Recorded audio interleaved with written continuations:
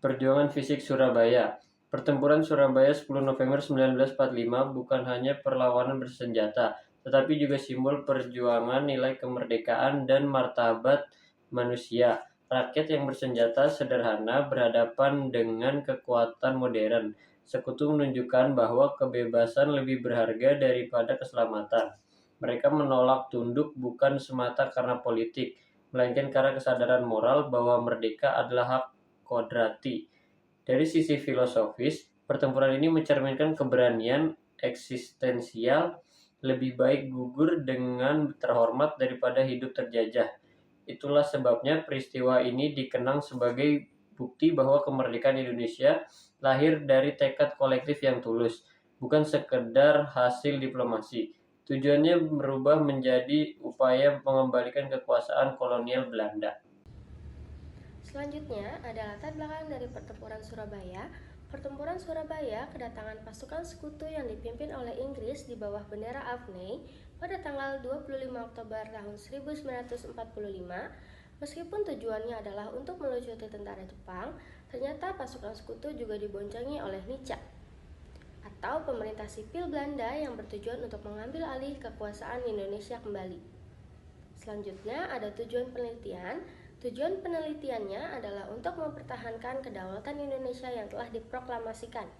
Para pejuang dan rakyat Surabaya berjuang untuk mengusir pasukan sekutu dan Nica dari wilayah mereka dan mencegah penjajahan kembali. Peristiwa ini menjadi simbol perlawanan rakyat Indonesia terhadap dominasi asing. Selanjutnya ada yang C, kelebihan dan keunggulan. Yang pertama, membangkitkan semangat nasionalisme. Perjuangan fisik di Surabaya menjadi simbol perlawanan heroik. Rakyat Indonesia tidak gentar menghadapi kekuatan asing. Hal ini secara efektif membakar semangat perjuangan di seluruh wilayah Indonesia. Yang kedua, mendapatkan pengakuan internasional. Peristiwa ini menunjukkan kepada dunia bahwa bangsa Indonesia benar-benar bertekad dan berani mempertahankan kemerdekaannya. Meskipun tak kalah dalam hal persenjataan, perjuangan ini menarik perhatian internasional dan mendapat simpati dari negara lain. Yang ketiga, mempertahankan kedaulatan. Perjuangan fisik secara langsung menunjukkan bahwa kedaulatan yang lebih diproklamasikan bukan hanya pernyataan, melainkan sesuatu yang akan diperjuangkan dengan pengorbanan jiwa raga. Kelemahan. Kalah dalam persenjataan. Para pejuang Indonesia dan rakyat Surabaya berjuang dengan persenjataan yang seadanya, sementara pihak sekutu dan Belanda memiliki perlengkapan militer yang jauh lebih modern dan lengkap. Kerugian jiwa yang besar. Perjuangan fisik ini menelan korban yang sangat besar di pihak Indonesia, sekitar 20.000 jiwa yang gugur. Hal ini menunjukkan bahwa perjuangan dengan kekerasan memiliki resiko dan pengorbanan yang sangat tinggi. Selanjutnya dampak. Yang pertama, wilayah Republik Indonesia hanya diakui oleh Belanda sebatas Jawa Tengah, Yogyakarta, dan Sumatera. Yang kedua, ditetapkan garis Van Hoek sebagai batas wilayah antara daerah kekuasaan Indonesia dan Belanda yang secara signifikan memperkecil wilayah Indonesia. Yang ketiga, Tentara Nasional Indonesia atau TNI harus mundur dari daerah penduduk Belanda, termasuk dari wilayah strategis seperti Jawa Barat dan Jawa Timur. Yang keempat, perjanjian ini mengakibatkan ketegangan politik dan militer yang memuncak hingga memberontak internal di Indonesia. Selanjutnya ada perjuangan diplomasi, yaitu perundingan Renville. Perundingan ini dilakukan untuk menyelesaikan konflik antara Indonesia dan Belanda setelah agresi militer Belanda I. Dilaksanakan di atas kapal USS Renville. Perundingan ini menghasilkan perjanjian yang sangat merugikan Indonesia. Wilayah Republik Indonesia hanya diakui di Jawa Tengah, Yogyakarta, dan Sumatera, serta TNI harus mundur dari wilayah pendudukan Belanda. Hal ini menunjukkan bahwa perjuangan kemerdekaan juga dilakukan melalui jalur negosiasi, meskipun hasilnya tidak selalu menguntungkan.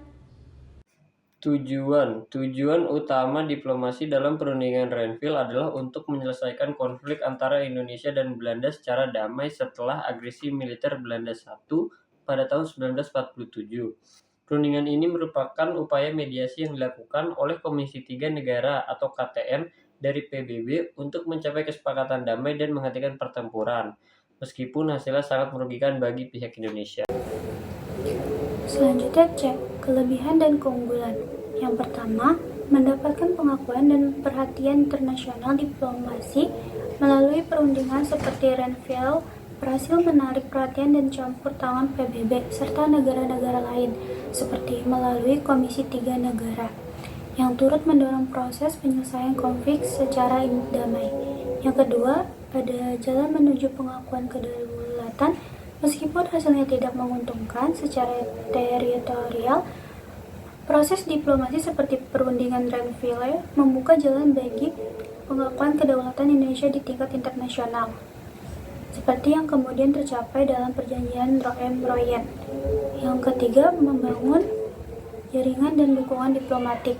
Melalui diplomasi, Indonesia berhasil membangun hubungan dan dukungan dari negara lainnya, misalnya Australia dalam KTN, yang penting untuk memperkuat posisi Indonesia di mata dunia. Selanjutnya D. Kelemahan. 1. Pengurangan wilayah. Isi perjanjian ini sangat merugikan Indonesia karena wilayah Republik Indonesia diakui oleh Belanda hanya meliput Jawa Tengah, Yogyakarta, dan Sumatera. Yang kedua, kehilangan wilayah strategi. Tentara Nasional di Indonesia, TNI, harus mundur dari daerah pendudukan Belanda, termasuk wilayah strategi di Jawa Barat dan Jawa Timur. Yang ketiga, dampak ekonomi. Indonesia mengalami blokade ekonomi yang memperburuk kondisi setelah perjanjian.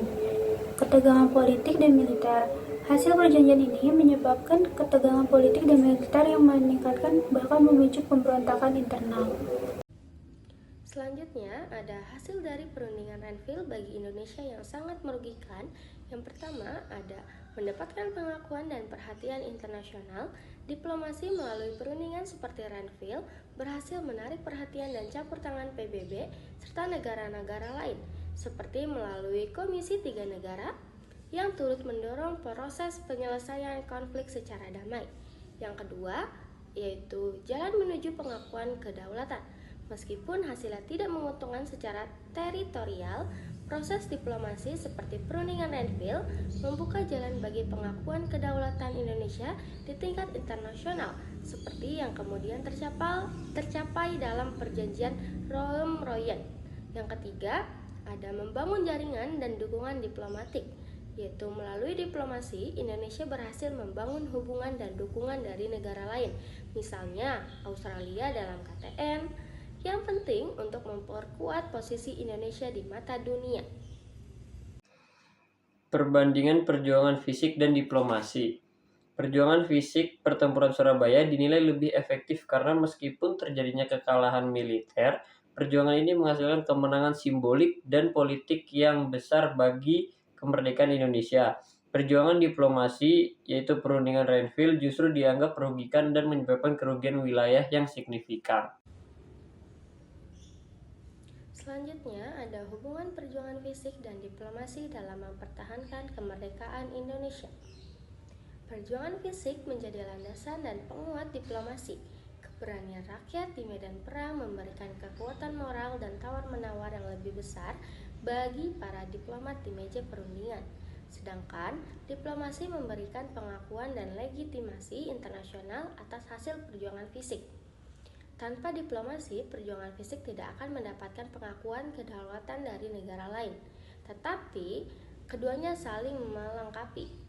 Perjuangan fisik membuka jalan bagi diplomasi, dan diplomasi mengamankan hasil dari perjuangan fisik.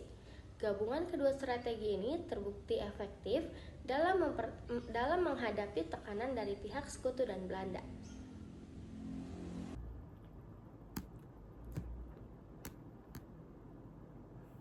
Oke, untuk selanjutnya adalah tugas refleksi pribadi, yaitu milik Cika Firna Octavia. Yang pertama adalah nilai apa yang kamu dapat pelajari dari tokoh-tokoh pejuang fisik.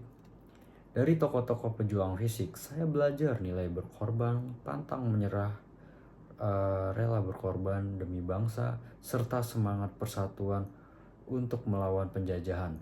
Dan kedua, nilai apa yang kamu pelajari dari tokoh-tokoh pejuang Indonesia dari perjuangan diplomasi? Saya belajar tentang kecerdikan, kesabaran, dan kemampuan berdialog, serta penting menjaga martabat bangsa melalui cara damai dan diplomatis. Dan yang ketiga, bagaimana kamu bisa menerapkan nilai perjuangan itu dalam kehidupan sehari-hari. Nilai perjuangan itu dapat saya terapkan dengan rajin belajar, disiplin, bekerja keras, dan menghargai perbedaan. Tidak mudah menyerah serta selalu berusaha memberikan yang terbaik untuk keluarga, sekolah, dan masyarakat. Dan yang selanjutnya, untuk selanjutnya adalah tugas refleksi Ferdian. Ini mirip seperti sebelumnya, yaitu yang pertama adalah nilai apa yang kamu pelajari dari tokoh-tokoh pejuang fisik. Dari tokoh pejuang fisik, saya belajar nilai keberanian, pantang menyerah, rela berkorban demi bangsa, serta semangat persatuan untuk melawan penjajahan. Dan yang kedua, apa yang kamu kamu pelajari dari tokoh-tokoh pejuang diplomasi. Dari pejuang diplomasi saya belajar tentang kecerdikan, keberanian, kesabaran, kemampuan berdialog, serta pentingnya menjaga martabat bangsa melalui cara damai dan diplomasi. Dan yang ketiga, bagaimana kamu bisa menerapkan nilai-nilai perjuangan itu dalam kehidupan sehari-hari. Nilai perjuangan ini saya terapkan dengan rajin belajar, disiplin, bekerja keras, menghargai perbedaan, tidak mudah menyerah, serta berusaha memberikan yang terbaik untuk keluarga, sekolah, dan masyarakat. Dan selanjutnya adalah nilai refleksi dari Nisha. Nilai apa yang kamu dapat pelajari dari tokoh-tokoh fisik dan tokoh pejuang fisik? Saya mempelajari tentang pengorbanan, keberanian, persatuan untuk mempertahankan kemerdekaan, dan strategi dalam menghadapi musuh. Dan yang kedua, nilai apa yang dapat kamu pelajari dari tokoh-tokoh pejuang diplomasi? Dari pejuang diplomasi, saya belajar tentang perjuangan melalui diplomasi di meja berunding, kesabaran dan kecerdasan dalam bernegosiasi. Dan ketiga, bagaimana kamu bisa menerapkan nilai perjuangan itu dalam kehidupan sehari-hari.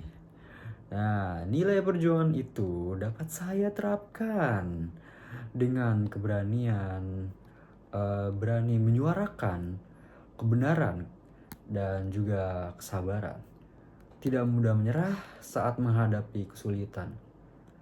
Dan juga kecerdasan bernegosiasi untuk menyelesaikan konflik dengan diskusi.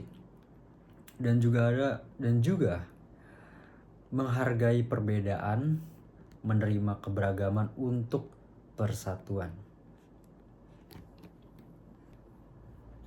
Dan selanjutnya adalah tugas refleksi Nyoman. Nilai apa yang kamu pelajari dari tokoh-tokoh pejuang fisik? Saya banyak belajar dari tokoh-tokoh pejuang fisik seperti nilai keberanian, dari keteguhan hati, semangat pantang menyerah, disiplin, dan solidaritas, dan sikap rela berkorban.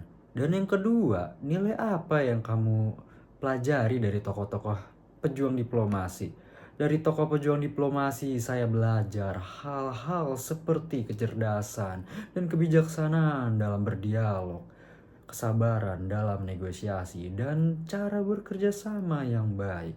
Dan untuk yang ketiga, bagaimana kamu menerapkan nilai-nilai perjuangan itu dalam kehidupan sehari-hari? Nilai perjuangan dapat saya terapkan di kehidupan sehari-hari, seperti bekerja sama dengan teman untuk mencapai tujuan bersama, bijaksana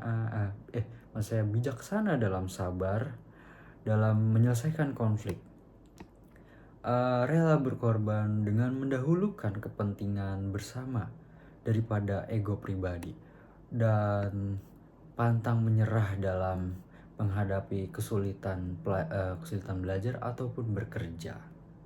Seperti itu.